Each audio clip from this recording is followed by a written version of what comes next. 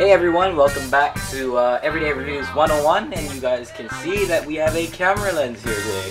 And you guys can also tell that the shot has become really focused because I'm using a 50mm lens to shoot today's video, and I have the main workhorse, the 18-135, for review today, so I can't exactly shoot with it and review it at the same time unless you want to look at a blank table. So anyway, today we're talking about the 18-135. Before I get into the video, I just want to tell you guys why, if you guys are from my old channel, the Mental Corporate, you know I reviewed this lens now about a year back, or at least a year back from now. I reviewed this lens. It was my most viewed video at the channel, and it still is. Well, let's just say that video alone got a lot of hate for it.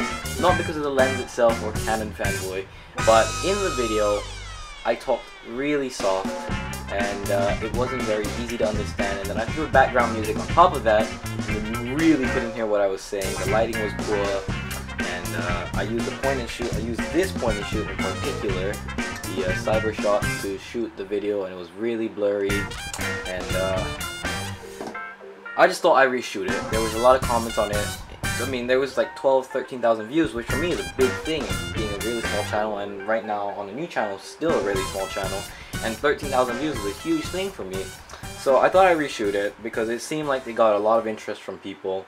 So I thought I'd re-review the lens. I had more time to use it now, at least a couple more months, and I just think I just did a bad job and I should do it again.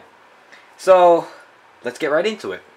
The lens we're reviewing, like I said, is the Canon 18-135 lens, which there is some glare there. But yes, it is the 135. It is an f3.5 to f5.6 in your aperture range, which means 3.5 isn't very good for low light, and nor is 5.6. So at your lowest focal range at 18mm, it is an f3.5, and you can move it from f3.5 to f22.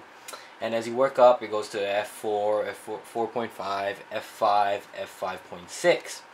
And at 135, you are locked at 5.6. 5.6 is the lowest aperture you can go, and you can go from 5.6 to 22. So, I mean, in theory, this lens is not very good for low light work, or any work in low light in general, just because it's not gonna really perform when you need it to in low light, especially if you are shooting at lower ISOs and things like that. So keep that in mind. But it is a nice lens. As you can also tell, there is a lens hood on this.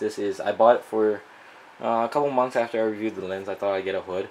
This is the Canon branded hood, and there's the model number, EW-73B. You do not have to get the Canon branded version, and really, if you are an amateur, not an amateur photographer, but you know, enthusiast photographer, or one that shoots every now and then, or shoots family pictures, you don't really need this Canon. You can get a hood that looks exactly like it, $10. This hood cost me $40, and I believe I overpaid by a huge amount. You could probably get one without Canon branding for 20 or $10, so $40 really is overkill for this hood. But if you must have a Canon branded hood, or money is no option, go ahead. Moving on to the lens itself, it's got a 67mm filter thread up front, and that's basically all the physical features to it. There is also an autofocus and manual focus switch on the side, and this lens has image stabilization built into it. Yeah. Here on the main barrel of the lens, we have a 1 inch, about 1.5 inch to 1 inch zoom ring here that lets us zoom from 18 to 135. You can also tell that this lens does extend a fair amount when zoomed in to the full way. Keep in mind that when shooting, if you are shooting in like a rainy, light downpour, or anything gets caught on this, you might want to clean it off before zooming back in, because once you zoom back in, you pull all of that back into the barrel itself, and over time, if you get sand grains in there, you could scratch up the barrel, internal barrel. But that is a downfall to the lens. But keep in mind that this is a kit lens. It normally ships with cameras, so can't expect too much from it. There is also, oops, sorry guys, there's also a manual focus ring over here, which is very small. It feels like it's a ½ inch one, and it is very, very short for focusing. So if you are doing video, this is not the lens to buy. If you get this in your kit, keep in mind that manual focus is a little bit difficult to do. It is very achievable. You just got to turn very, very slowly, but it is a little bit difficult to do. Overall, this lens, I believe if you do not get it in your kit box or anything, this lens does retail for about, I think, 300-ish. You can check it out. I'll leave a link in the description down below, but you can check this lens out. I believe it retails for about 300. But if I'm wrong, I'm sorry for this.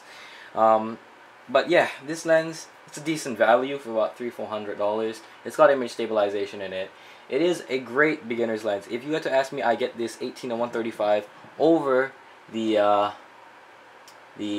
Canon 18-55 that ships with like T3, T2 eyes, because this thing does have more range, and it is a little bit more versatile than the counterpart that ships in kit lenses too.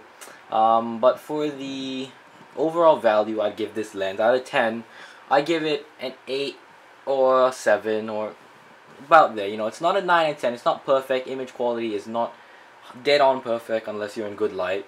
But partially of that also has to do with your camera and ISOs, especially the aperture in this lens. It's not perfect, but if you are a aspiring photographer or one that wants to get in with a lens that can do most things that you need it to do, especially for wide shots and distance shots, this lens is the way to go.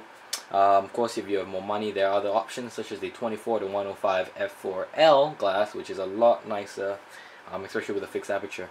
But this lens itself, I give it a solid 8. It is a decent value, especially if you get it with your camera. It is a very good value, and it's something that should get you on the ground, get you shooting, and it gives you a very wide range of field of views, and you should get some stunning images out of it. Keep in mind, shoot in good light, keep your ISO below. For me personally, for this lens, I think it is optimal performance. Keep the ISO below 1600 and shoot in nice evening light, daylight.